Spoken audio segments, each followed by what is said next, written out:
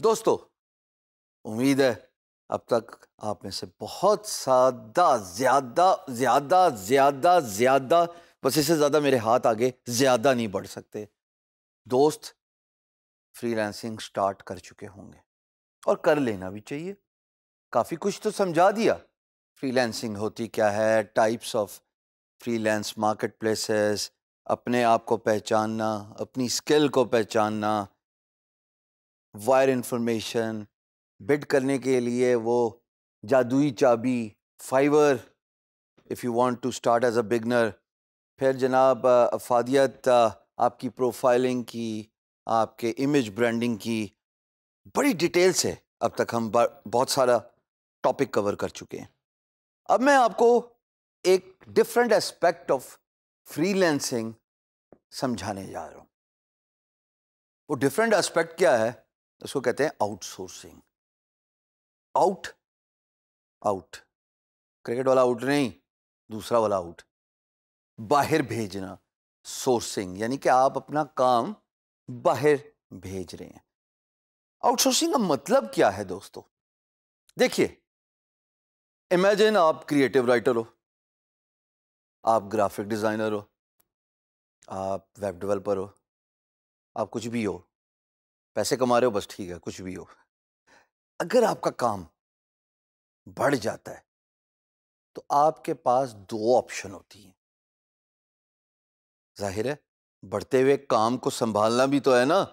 Client अगर आ गया है, उसको ये तो नहीं कह सकते कि जनाब मेरा इस वक्त मामला फुल है, दो ही हाथ हैं, इससे ज़्यादा मैं काम नहीं कर सकता। आते हुए रिस्क को भी कभी को ठुकराता है। हमेशा याद रखना, रिस्क जब दरवाजे पे खटखटाए तो इसका मतलब create an opportunity but do not refuse work.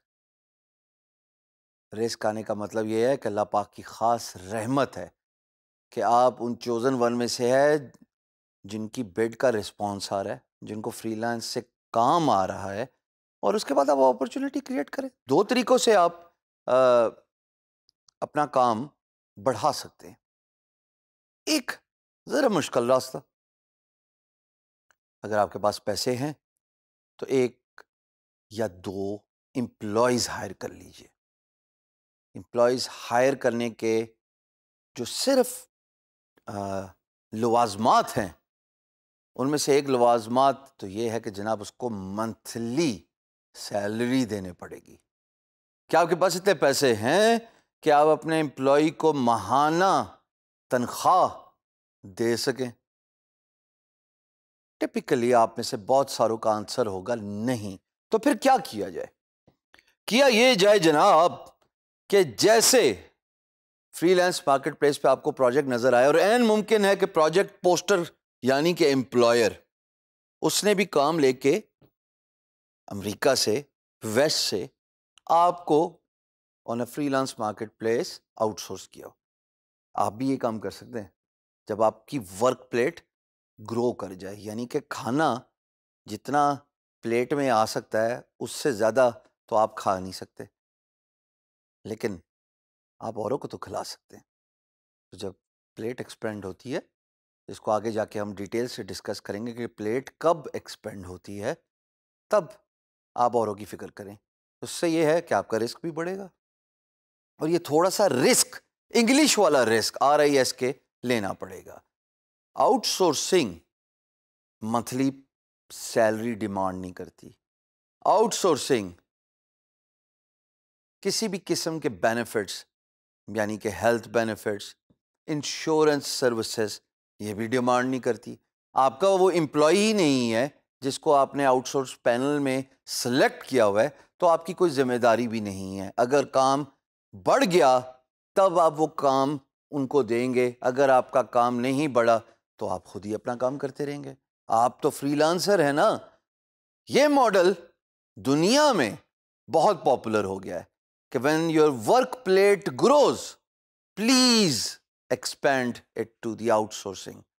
हाँ, ये जो जॉब वाला सिनेरियो है ना, ये उस वक्त मद्देनजर रखा जाए जब आपको कॉन्टिन्यूसली एहसास होने लगे कि आपका काम बढ़ता जा रहा है। आउटसोर्सिंग में याद रखिएगा पैसा जाता है। अगर कोई फ्रीलांसर आप आगे हायर करेंगे और उनको प्रोजेक्ट देंगे तो वो छोटी सी सैलरी पे तो नहीं एग्री करेंगे। वो डेफिनेटली डेफिनेटली अपनी प्राइस आपको डिमांड करेंगे। तो इससे पैसा आपके पास से जा रहा होता है, बट ये वही पैसा है ना जो एक्स्ट्रा वर्क का है, जो एडिशनल प्रोजेक्ट्स हैं जो आप खुद नहीं कर सकते।